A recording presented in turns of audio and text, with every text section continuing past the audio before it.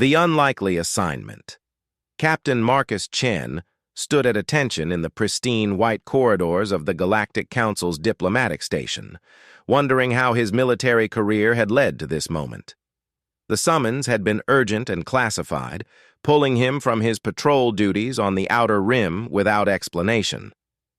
Now, facing the towering crystalline forms of the Council's high representatives, he felt distinctly out of place.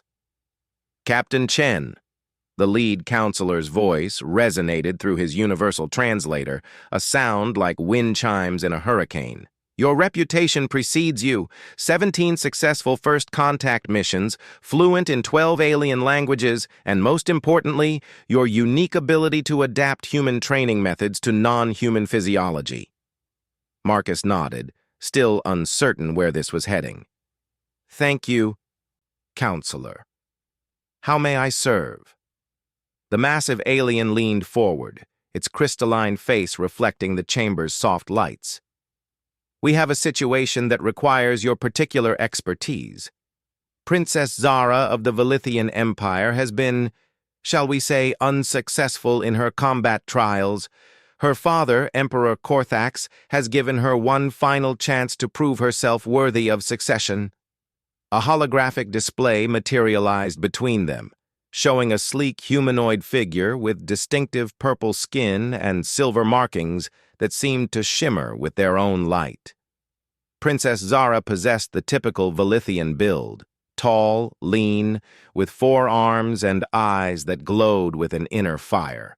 Even in the static image, Marcus could sense an aura of frustration around her. The princess has failed 7 consecutive combat assessments, another counselor interjected, its voice carrying disappointment. Traditional Velithian training methods have proven inadequate. The Emperor has requested human intervention as a last resort. Marcus studied the hologram more carefully. What makes you think human training methods would be effective? Your species' remarkable adaptability, the first counselor explained. Humans are the only known species that can transform physical and mental limitations into strengths through sheer determination and innovative thinking. We need someone who can look beyond conventional methods. And if she fails? The silence that followed was heavy with implication. Finally, the counselor spoke. The Velithian succession laws are absolute. Failure would mean exile from the Empire, and likely war between the rival factions seeking power. Princess Zara is the only legitimate heir capable of maintaining peace. Marcus felt the weight of responsibility settling on his shoulders. How long do I have? 100 days, came the reply. The final trial is scheduled for the centennial celebration of the Velithian Empire. The entire galaxy will be watching. The next day, Marcus found himself aboard a luxury transport heading toward the Velithian homeworld of Viridian Prime. The ship's advanced systems allowed him to study everything available about Velithian physiology and culture during the 3-day journey. What he discovered was both fascinating and concerning. Velithians were naturally strong and agile, their 4-armed physiology giving them significant advantages in combat. However, their society had become rigid over thousands of years of tradition. Training methods hadn't evolved, and the emphasis on perfect technique over adaptive strategy had created a generation of warriors who excelled in controlled environments but struggled against unpredictable opponents. Princess Zara's files painted a picture of someone trapped between expectation and reality. Excellent marks in theory, perfect form in practice sessions, but consistent failure when facing actual combat scenarios. Her instructor's notes repeatedly mentioned her tendency to hesitate at crucial moments and her inability to adapt when her planned strategies fell apart. Viridian Prime exceeded Marcus's expectations. The planet's surface was a stunning combination of floating crystal cities and vast, bioluminescent forests. The royal palace itself seemed to grow from the living rock of a massive mountain, its organic curves suggesting it had been shaped rather than built. Princess Zara met him in the palace's main training facility, and Marcus immediately understood why traditional methods had failed. She moved through her combat forms with mechanical precision, each movement technically flawless, but lacking the fluid adaptability that real combat demanded. When she finished her demonstration, she turned to him with eyes that held both hope and deep-seated frustration. "So, human," she said, her English accented but clear, "you are my final chance at redemption. I suppose you will tell me that everything I have learned is wrong, just as the others did." Marcus studied her for a moment, noting the defensive posture that had nothing to do with combat training. "Actually, I think everything you've learned is probably correct. The problem isn't what you know. It's what you don't trust." Zara's expression shifted to confusion. "I do not understand." "Your forms are perfect because you've memorized them. But combat isn't about perfect forms. It's about perfect adaptation. You've been taught to follow patterns, but patterns can be predicted and countered." Marcus moved to the center of the training floor. "Show me your favorite attack sequence." Without hesitation, Zara launched into a complex series of strikes and blocks that would have been devastating against a stationary opponent. Her four arms moved in perfect coordination, each movement flowing seamlessly into the next. It was beautiful to watch, but completely predictable. "Impressive," Marcus said when she finished. "Now show me what you do when your opponent doesn't respond the way you expect." "I adjust the sequence," Zara replied, uncertainty creeping into her voice. "Demonstrate."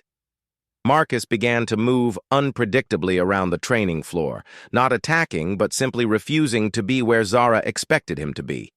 Within seconds, her perfect sequence began to fall apart. Her strikes hit empty air, her blocks defended against attacks that never came, and her frustration mounted visibly. "Stop!" she commanded, breathing heavily despite the minimal physical exertion. "This is pointless. You are not even fighting back." "Exactly," Marcus said, settling into a relaxed stance. "You're fighting a ghost, the opponent you've been trained to expect." "But real opponents don't follow your training manual." Zara's four arms dropped to her sides in defeat. "Then how do I learn to fight someone who will not follow the rules?" Marcus smiled. "That's the wrong question. The right question is, how do you learn to fight without rules?" For the rest of that first day, Marcus observed Zara's training routine and spoke with her previous instructors. What he found confirmed his initial assessment. The Velithian training system was built around mastery of predetermined techniques and responses. Students learned hundreds of specific counters to hundreds of specific attacks, creating warriors who were incredibly effective against other Velithians, but helpless against unconventional tactics. That evening, Marcus met with Zara in her private study, a circular room with walls of living crystal that pulsed gently with soft light. Maps of ancient battles covered every surface, and tactical manuals were stacked in neat piles throughout the space. "I have studied every great battle in Velithian history," Zara said, gesturing to her collection.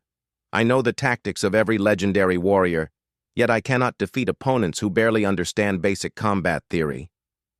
Marcus picked up one of the tactical manuals, noting its rigid diagrams and precise instructions. "These books teach you how past battles were won, but tomorrow's battles won't be fought the same way." "Then how do I prepare for the unknown?" "By learning to trust yourself instead of your training," Marcus replied. "Your body knows how to fight. It's your mind that's getting in the way." Zara's luminescent eyes dimmed slightly. "My mind is my weakness. The instructors have told me this many times. I think too much, hesitate too long, doubt my instincts." "No," Marcus said firmly. "Your mind is your greatest asset. The problem is that you're using it to remember, instead of to create." Over the following weeks, Marcus began to understand the true depth of the challenge before them. Zara's failures weren't due to lack of skill or intelligence. They were the result of a lifetime of conditioning that had taught her to seek permission from authority before acting.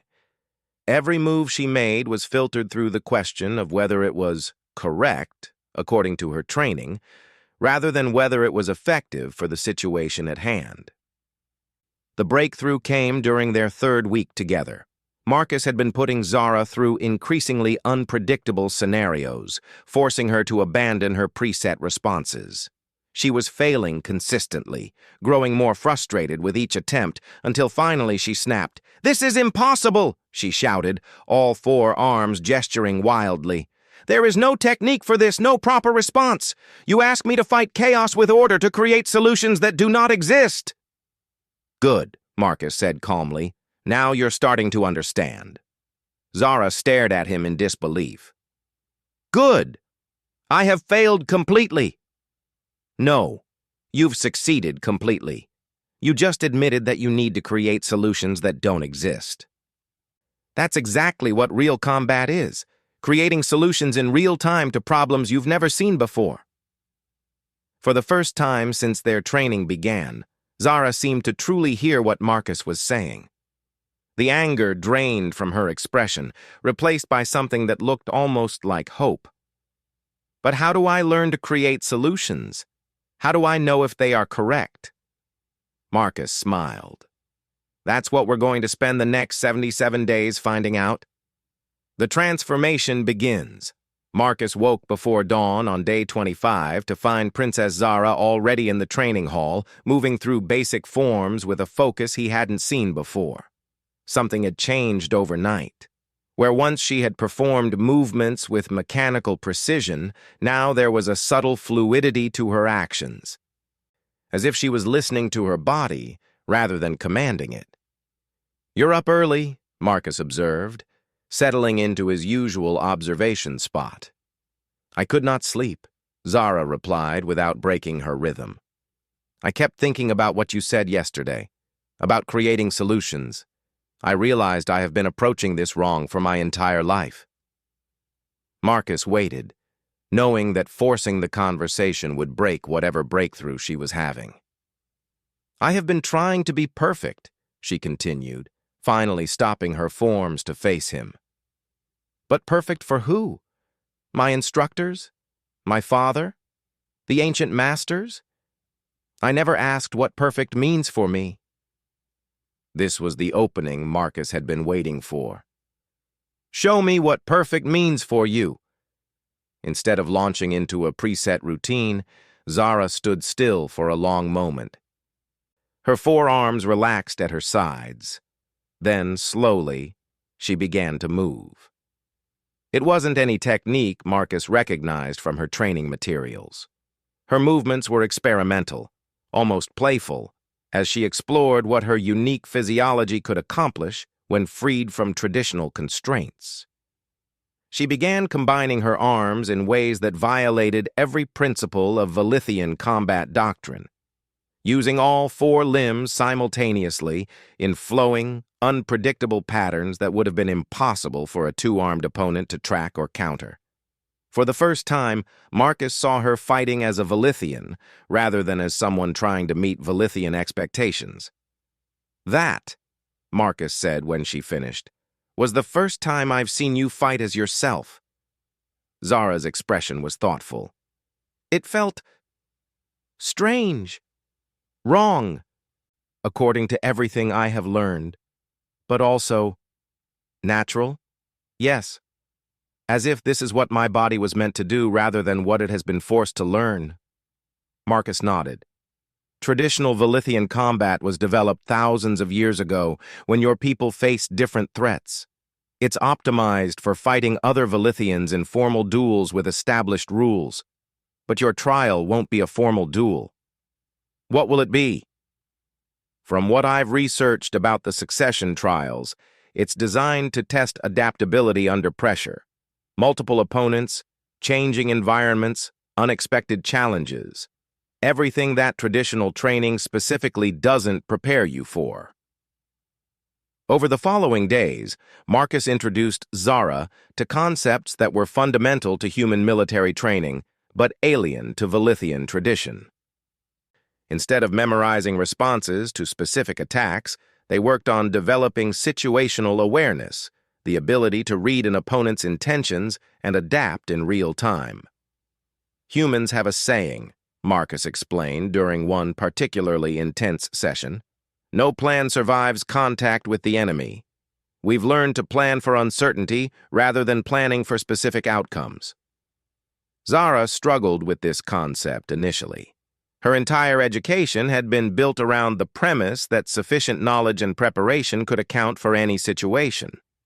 The idea of deliberately planning for the unknown seemed contradictory to everything she understood about strategy. The turning point came during a sparring session in week 6. Marcus had arranged for several palace guards to attack Zara simultaneously using non-traditional weapons and tactics.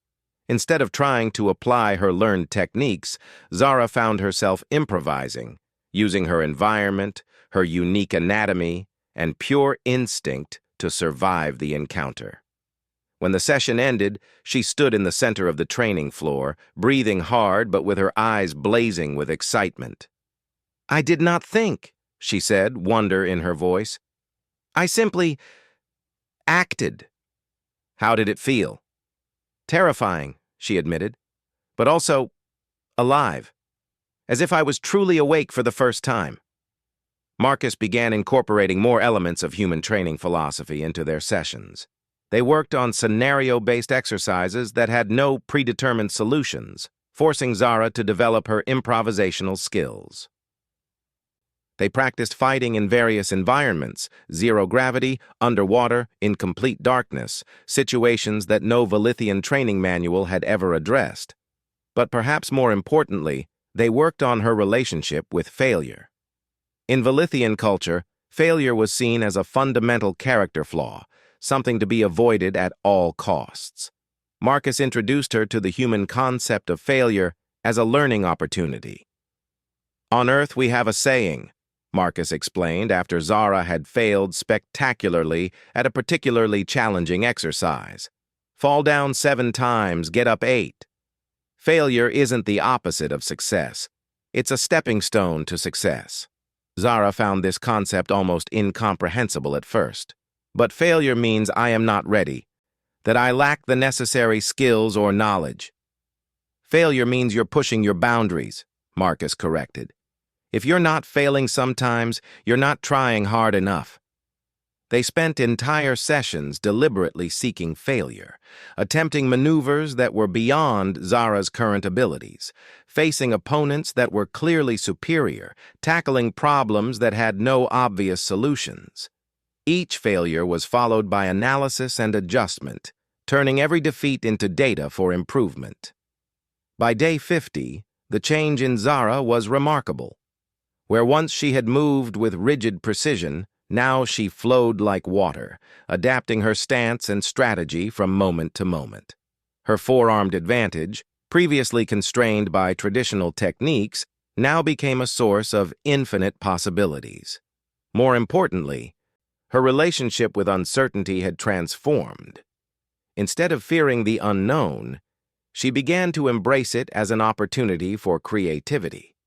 Marcus watched her spar with guards who had been briefed to use unconventional tactics and saw her respond with innovations that surprised even him. "I understand now," she said during one of their evening discussions. "You are not teaching me to fight. You are teaching me to learn." "Fighting is just learning at high speed," Marcus agreed. "The question isn't whether you know the right technique, it's whether you can discover the right technique in the moment when you need it." As they entered the second half of their training period, Marcus began introducing more complex scenarios. They simulated the actual trial conditions as closely as possible, based on historical records and intelligence about the testing protocols. But he also made sure to include variables that would almost certainly not be part of the actual trial, because preparation for the unexpected meant preparing for anything. During one memorable session, Zara found herself facing a completely novel challenge. Opponents who fought using coordinated teamwork tactics that had never been seen in individual Velithian combat. Her initial response was confusion and near defeat. But instead of falling back on memorized techniques, she observed their coordination patterns and began to exploit the gaps that inevitably appeared in any group dynamic.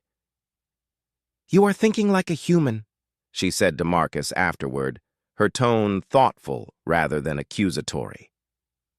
"Looking for weaknesses and opportunities instead of seeking perfect execution. I'm thinking like someone who wants to win," Marcus replied. "Perfection is beautiful, but adaptation is effective." Zara nodded slowly. "My instructors always told me that discipline was about controlling myself. You have taught me that discipline is about freeing myself." "From what?" "From the fear of being wrong." By day 70, word of Zara's transformation had begun to spread through the palace. Guards who had easily defeated her in previous months now found themselves challenged by an opponent they no longer recognized. Her sparring sessions drew crowds of curious observers, many of whom left shaking their heads in confusion at tactics that violated everything they understood about proper combat. The Emperor himself attended several sessions, watching his daughter with an expression that mixed pride with bewilderment. After one particularly impressive display, he approached Marcus privately. "Captain Chen," Emperor Korthax said, his massive frame imposing even by Velithian standards. "What have you done to my daughter?" "I've helped her discover what she was always capable of," Marcus replied carefully. "Your Highness, Princess Zara was never lacking in ability. She was only lacking in permission to use that ability freely." The Emperor's luminescent eyes studied Marcus intently. "She fights like no Velithian I have ever seen. Some of my advisors whisper that this is not honorable combat, but some form of deception or trickery. With respect, Your Highness, honor in combat comes from winning with integrity, not from following specific techniques. The princess has never once violated the rules of engagement. She's simply discovered new ways to work within them. And if she fails the trial despite these innovations," Marcus met the Emperor's gaze steadily, "then she will fail as herself rather than as an imitation of someone else. That alone makes her worthy of succession, in my opinion." Emperor Korthax was silent for a long moment, then nodded slowly. "Continue your training, Captain. The trial approaches, and I find myself curious to see what my daughter has truly become." As they entered the final phase of preparation, Marcus could see that Zara had internalized the most important lesson of all: confidence in her ability to adapt and overcome. She no longer sought his approval for her techniques or strategies. Instead, she trusted her instincts and adjusted her approach based on results rather than theory. "I am ready," she announced on day 90. And for the first time since they had begun training together, Marcus believed her completely. The Trial of Truth. The arena on trial day was unlike anything Marcus had ever witnessed. Carved from a single massive crystal formation deep within Viridian Prime's core, it stretched nearly a kilometer in each direction, its walls rising into darkness above. Hovering platforms dotted the space at various heights, connected by bridges that could extend or retract without warning. The floor itself was composed of shifting segments that could change configuration during combat, ensuring that no two trials were ever identical. Representatives from dozens of worlds filled the observation galleries, their diverse forms creating a spectacular display of galactic diversity. The Galactic Council had sent their highest officials, understanding that the outcome of this trial would affect the balance of power throughout the sector. If Princess Zara failed, the resulting succession crisis could destabilize multiple star systems. Marcus stood in the preparation chamber with Zara, noting how calm she appeared compared to her state 3 months earlier. Gone was the nervous energy and desperate need for reassurance. Instead, she radiated the quiet confidence of someone who had learned to trust herself completely.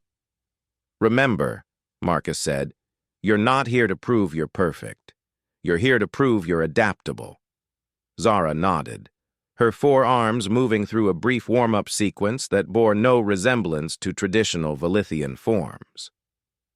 Her movements were fluid and personal, a combat style that was uniquely hers. "I understand. Whatever they present me with, I will find a way." "Not find a way," Marcus corrected gently. "Create a way." A ceremonial horn sounded throughout the arena, its deep note reverberating through the crystal walls. The trial was beginning. Emperor Korthax rose from his position in the royal viewing platform, his voice amplified throughout the vast space. "Citizens of the Velithian Empire and honored guests from across the galaxy, we gather today to witness the final trial of succession. Princess Zara of the House of Korthax will demonstrate her worthiness to inherit the crown through combat against challenges designed to test every aspect of leadership capability." The crowd fell silent as massive doors opened around the arena's perimeter. What emerged made even Marcus's breath catch in his throat. Instead of traditional opponents, the trial organizers had assembled a collection of the galaxy's most formidable combat specialists. A Krellian war beast, its crystalline hide impervious to most weapons. A squad of cybernetic soldiers from the Nexus Collective, their movements perfectly coordinated through neural links. A shape-shifting Morphin assassin whose true form was impossible to predict. But the real surprise came last. A human fighter, one of the elite soldiers from the Terran Marine Corps. Marcus recognized the type immediately. Enhanced reflexes, military-grade combat implants, trained to adapt to any combat situation. The trial organizers had clearly done their research about human fighting capabilities. "Interesting," Zara murmured, studying the assembled opponents. "They seek to test your training methods against your own species." "No," Marcus realized with growing excitement. "They're testing whether you can out-human a human." The first phase began with the Krellian war beast, a creature that stood 3 meters tall and possessed natural armor that could deflect energy weapons. Traditional Velithian doctrine would call for maintaining distance and seeking weak points in the armor joints. Instead, Zara did something unprecedented. She ignored the creature entirely. Rather than engaging the war beast directly, she used her superior mobility to reach one of the arena's control panels, quickly analyzing its configuration. Within moments, she had figured out how to manipulate the shifting floor segments, creating a pit that trapped the war beast's massive form. The creature could have eventually broken free, but by then, Zara had moved on to the next challenge. The crowd's reaction was immediate and polarized. Traditional Velithians saw her actions as avoiding honorable combat. But the galactic observers recognized brilliant tactical thinking. Why fight a superior opponent on its terms when you could change the terms of engagement? The cybernetic soldiers presented a different challenge entirely. Their neural coordination made them almost impossible to defeat through conventional means, as each individual's actions perfectly complemented the others. Zara studied their movement patterns for several seconds, then began doing something that confused even Marcus initially. Instead of attacking the soldiers, she began interfering with their coordination by creating chaos in their environment. Using debris from the arena modifications, she created a series of obstacles and distractions that forced the cybernetic squad to constantly adjust their tactical algorithms. Soon, their perfect coordination became a liability as each soldier's responses conflicted with the other's adaptations to the changing situation. Within minutes, the squad had effectively defeated itself, their neural links creating feedback loops that left them unable to function effectively as a unit. Zara neutralized them with minimal direct confrontation, using their greatest strength against them. The Morphin assassin proved to be an even greater test of adaptation. Its ability to change form made it nearly impossible to predict or counter using predetermined techniques. Traditional Velithian training had no answer for an opponent whose very nature was inconsistency. Zara's response was characteristically innovative. Instead of trying to predict the assassin's next form, she began forcing it to shape-shift rapidly by presenting it with constantly changing threats and opportunities. Each transformation required energy, and by keeping the creature in constant flux, she gradually wore down its reserves until it was forced to maintain a stable form. Only then did she engage in direct combat, facing an exhausted opponent rather than a fresh shapeshifter. But the final challenge, the human marine, would test everything Marcus had taught her about adaptation and innovation. As the soldier entered the arena, Marcus could see the professional assessment in his movements. The way he cataloged Zara's capabilities and began formulating counters to her unconventional tactics. "Interesting approach, Princess," the Marine called out, his voice carrying clearly across the arena. "But let's see how you handle someone who's trained to expect the unexpected." What followed was the most intense combat Marcus had ever witnessed. The Marine was everything Marcus had expected: adaptive, innovative, and completely unpredictable.